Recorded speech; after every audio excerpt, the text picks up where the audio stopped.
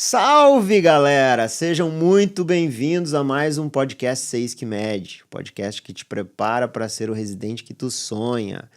Hoje é um episódio muito especial para mim. Eu trouxe aqui um grande amigo meu, o Tomás Bardem, que é um cara que tomou uma decisão muito corajosa em uma fase da vida e vai contar para nós um pouquinho sobre como é trocar de carreira, mudar de carreira depois dos 30.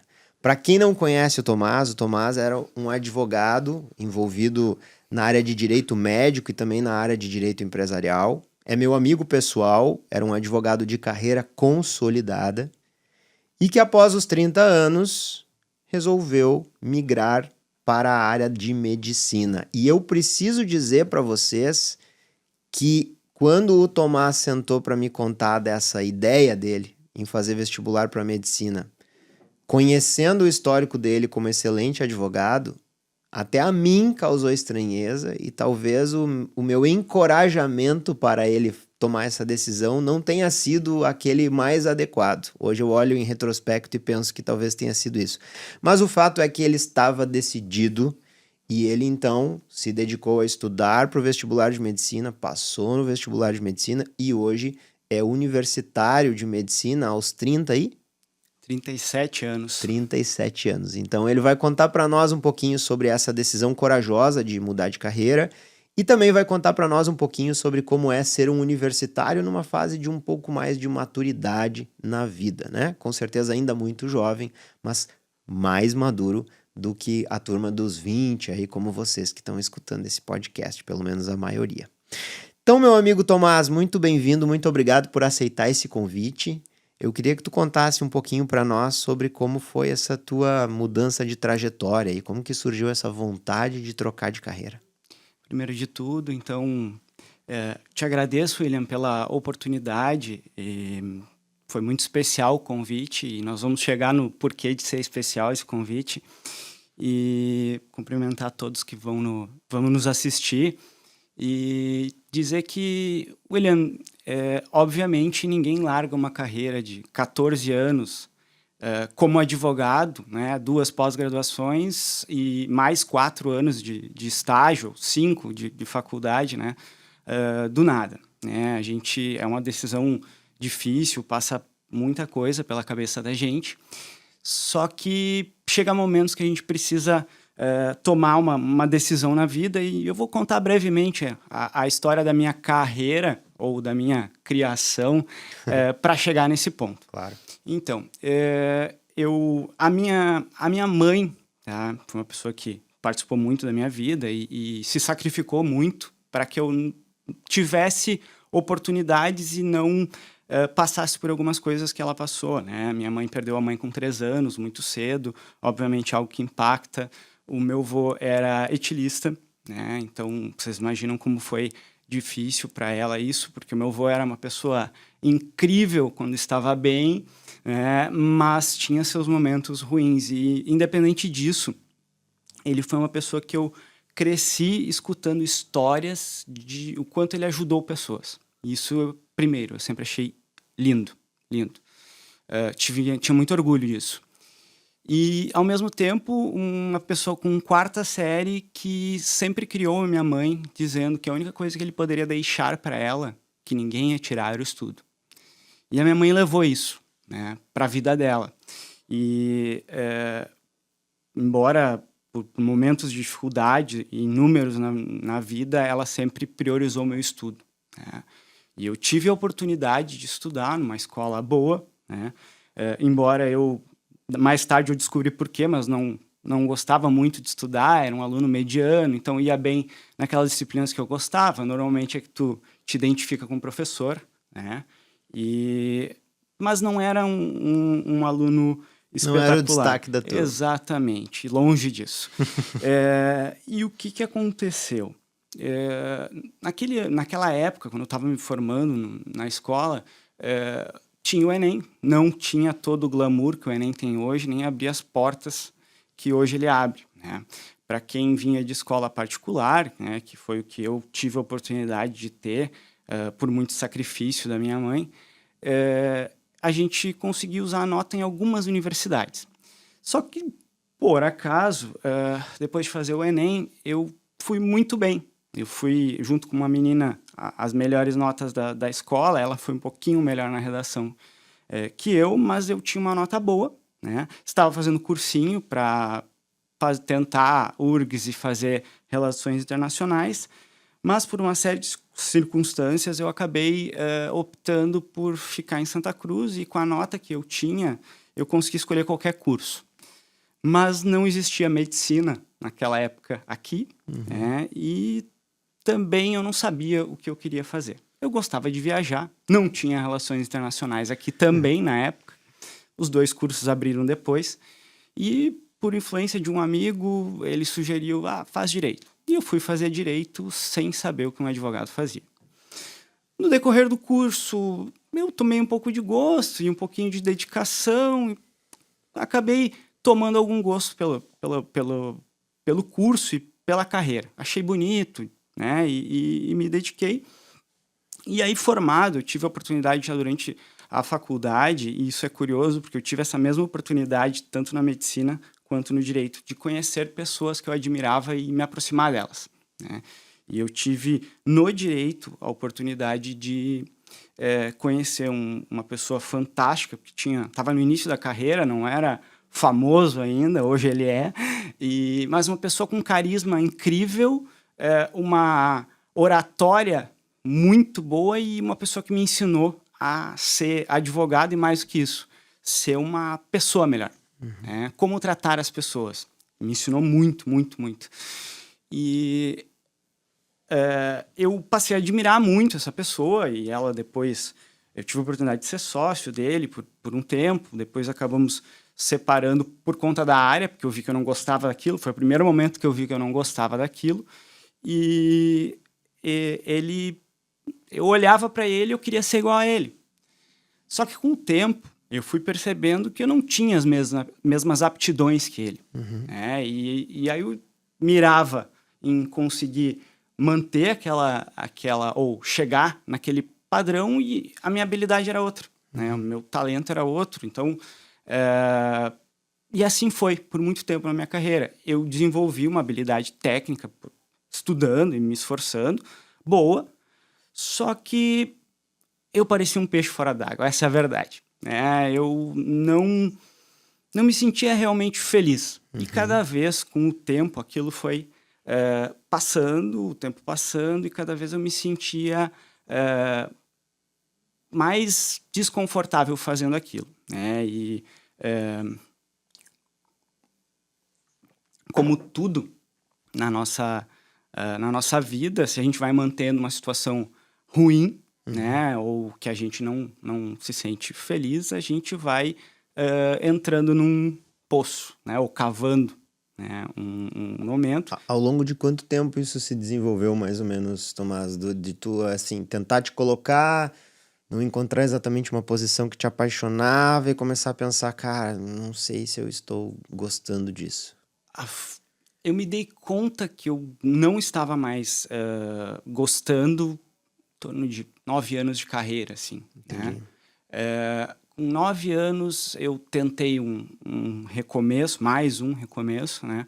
Que chegou a dar um lampejo de empolgação, mas nunca eu fui perdendo aquele tesão, aquela gana. E essa frustração, ela no sentido inverso do retorno financeiro, provavelmente, né? O teu retorno financeiro aumentando à medida que a carreira de um advogado, ela tende a ter um retorno financeiro progressivo, e mesmo assim isso não ancorava uma sensação de satisfação, né? Exato. Eu aprendi que tu ter um bom carro, tu ter uma BMW é algo... aquele objetivo material, né? Ele não te alimenta o espírito. Né? Então, tu atinge algum objetivo assim e passa, né? Perde a graça, que nem criança, né? Tu compra um brinquedo, dura um tempo, daqui a 30 dias não é mais novidade. Né? É bem comum isso acontecer, e assim, a gente na vida, às vezes, começa uma coisa, desiste, né? E foram duas decisões distintas, no sentido de eu não gosto mais disso e não quero mais fazer isso, e mais tarde, eu vou tentar medicina? Ou foi uma decisão conjunta de eu não quero mais fazer isso e vou fazer medicina? Foi uma decisão bem difícil, na verdade, e tomou muito tempo, e talvez eu tenha que ter chegado num momento muito difícil, né, pessoalmente, né, psicologicamente, talvez, né, porque eu fui literalmente adoecendo por viver algo que não me deixava feliz, né? E, ao mesmo tempo, logo que eu me formei na medicina, eu tinha conhecido... No direito. Desculpa, no direito, é verdade. Eu já incorporei a ideia agora como estudante. Logo que eu me formei no direito, eu conheci o namorado de uma colega da minha então namorada.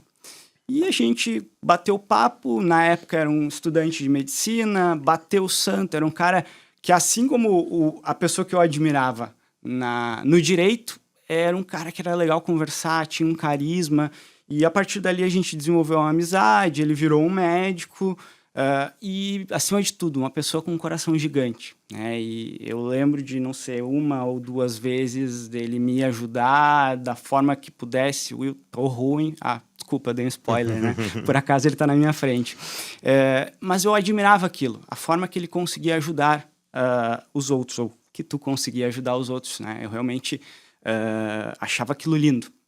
E eu olhava e eu me via fazendo aquilo, e toda vez que nós sentávamos e conversávamos sobre medicina, inclusive sobre as frustrações, né? Algumas caso que isso foi difícil, enfim, eu ouvia aquelas histórias e eu achava aquilo, eu admirava, né? E aquilo plantou uma semente, né?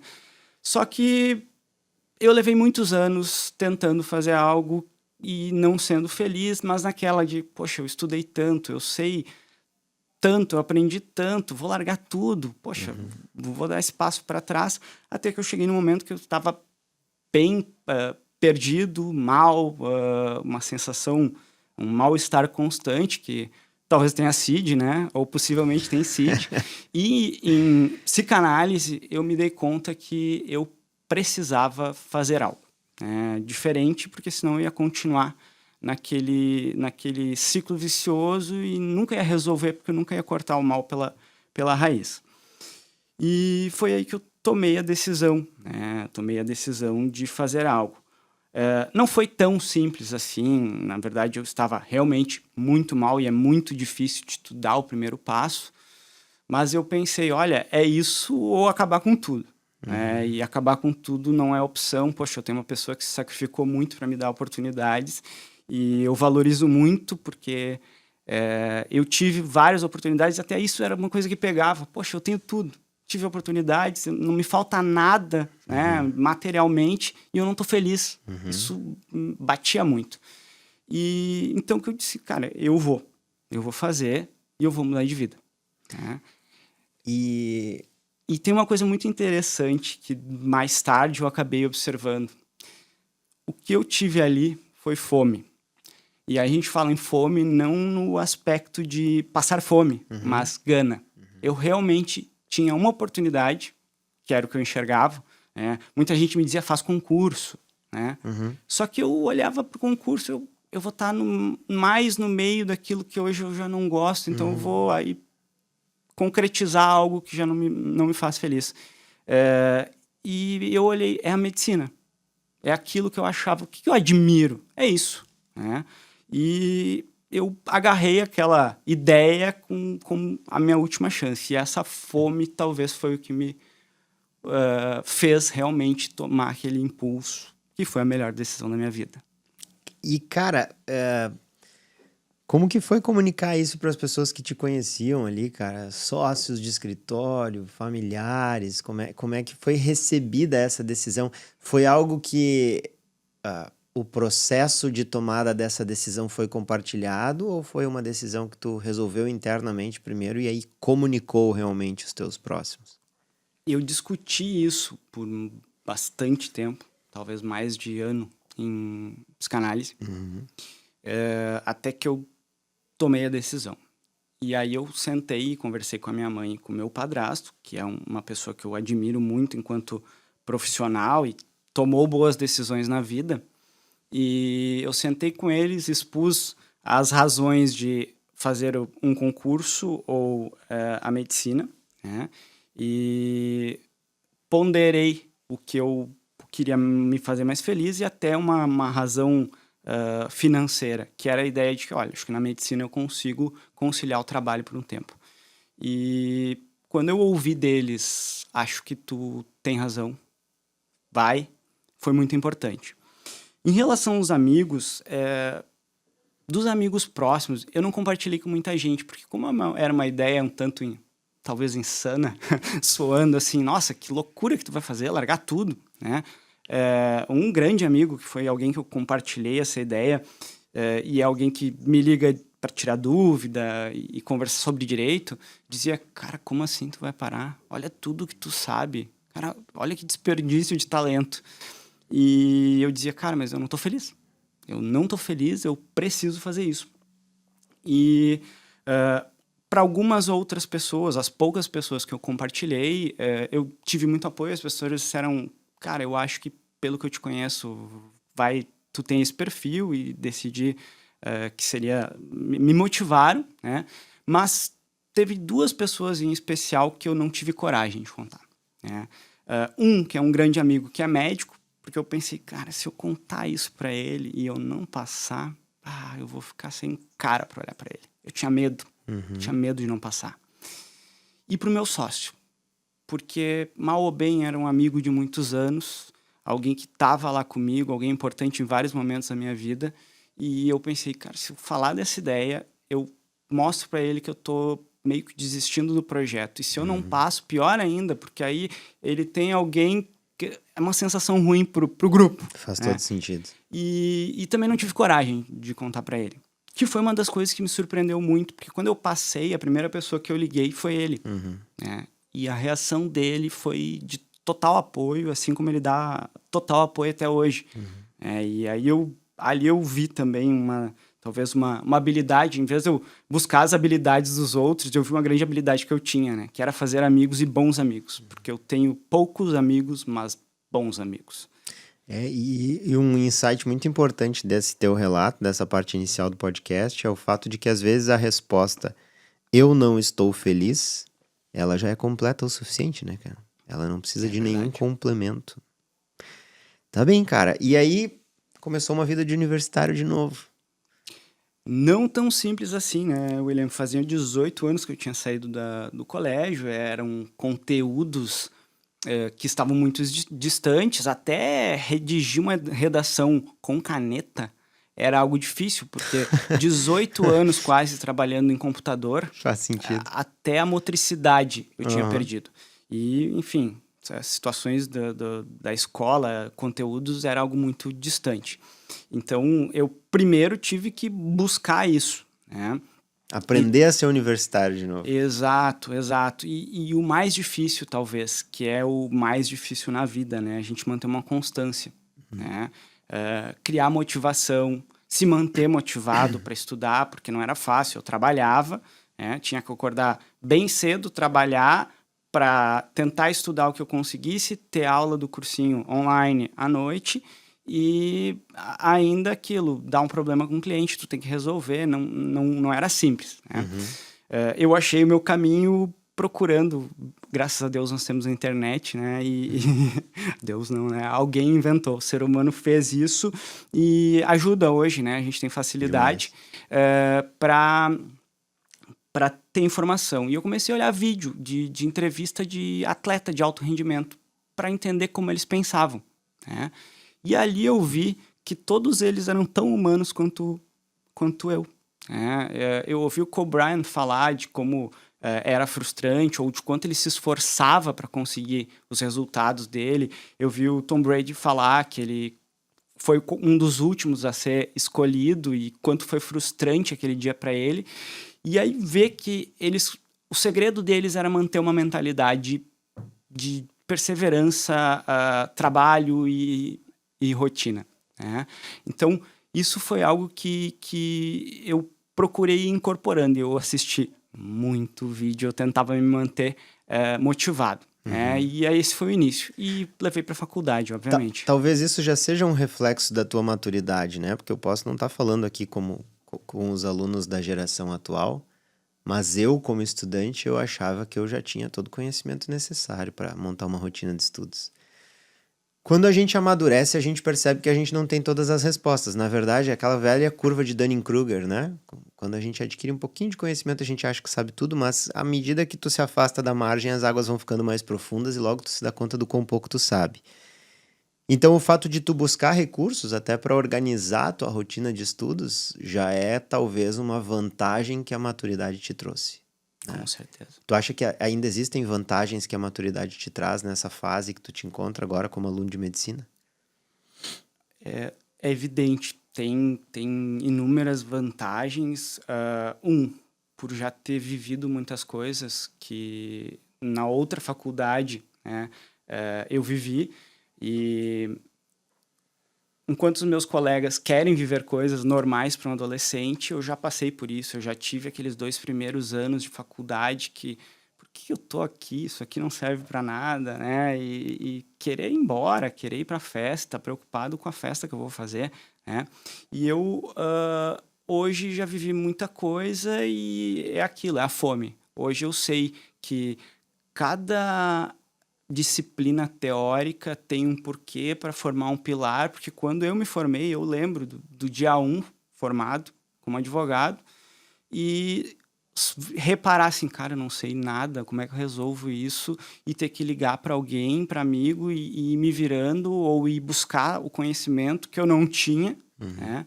E esse é o diferencial, porque eu sei que tu pavimentar esse caminho bem sólido é fundamental. Então, desde a primeira aula, eu aproveito, né? Eu presto atenção, eu participo e eu gosto. Isso é muito interessante, porque a partir da medicina, eu comecei a viver as segundas-feiras. Eu chegava na segunda-feira feliz, porque eu ia ter aula, é legal, né? Enquanto antes eu estava esperando pela sexta-feira, né? Para parar, para descansar, enfim... isso foi uma mudança muito interessante na minha vida. E se fala muito isso em ensino, que é montar a estrutura de conhecimento, né? Às vezes a gente tenta partir do conhecimento já num nível muito complexo e aí fica muito mais difícil fazer aquilo tudo fazer sentido. Quando a gente tem uma estrutura, uma base de conhecimento, que é o que se constrói na fase inicial da faculdade, ligar esses conceitos depois é uma coisa muito mais intuitiva. Só que não é uma maturidade que a gente tem, né, numa outra fase da vida. Às vezes a gente entra na faculdade e para muitas pessoas a entrada na faculdade foi um desafio muito grande, então uma abdicação de muito tempo de recreação. Então os primeiros anos de faculdade acabam sendo tirar ou atrasar, agora já estou aqui dentro. Então eventualmente vou ser médico.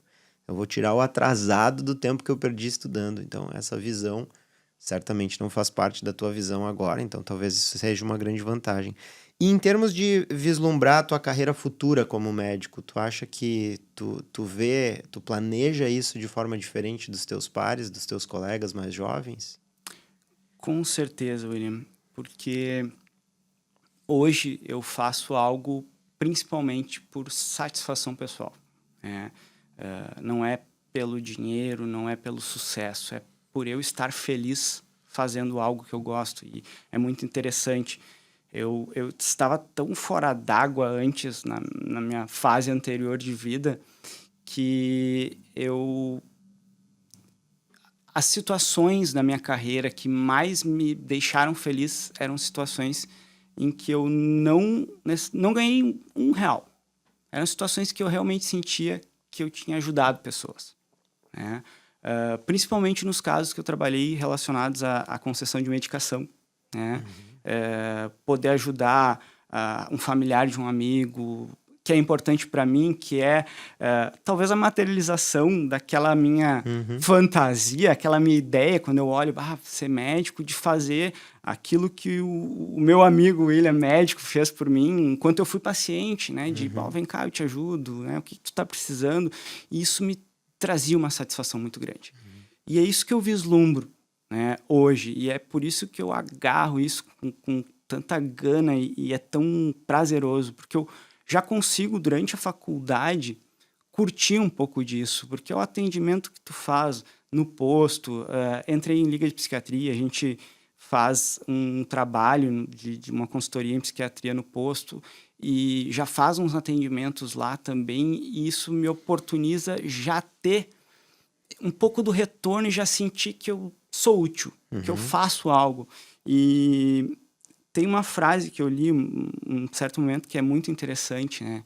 E faz muito sentido para mim, que o ser humano não morre quando o coração deixa de bater, ele morre quando ele deixa de se sentir importante, né? Então, talvez essa nova fase da minha vida foi um renascimento, né? E voltar a se sentir importante, de voltar a ter sonhos e admirar o que tu tá fazendo, ou as pessoas à tua volta, é incrível, isso não tem preço. Tu teve uma grande coragem de ir para o incerto, né? Que era fazer um vestibular de medicina. Tu não sabia se tu ia ser médico. Quer dizer, talvez tu soubesse lá no fundo que tu ia, mas tu não sabia em quanto tempo tu ia conseguir dar o passo inicial, que é passar num concurso bastante disputado, que é o vestibular de medicina. E tu teve a coragem de abraçar o incerto, né? Então, isso me faz pensar que tu vai ter a coragem também de abraçar o incerto durante a faculdade, que é não te sentir preso a uma especialidade desde o início do curso, que é uma coisa que a gente faz, né? Eu já contei essa história pra ti, mas não contei aqui, então eu vou contar.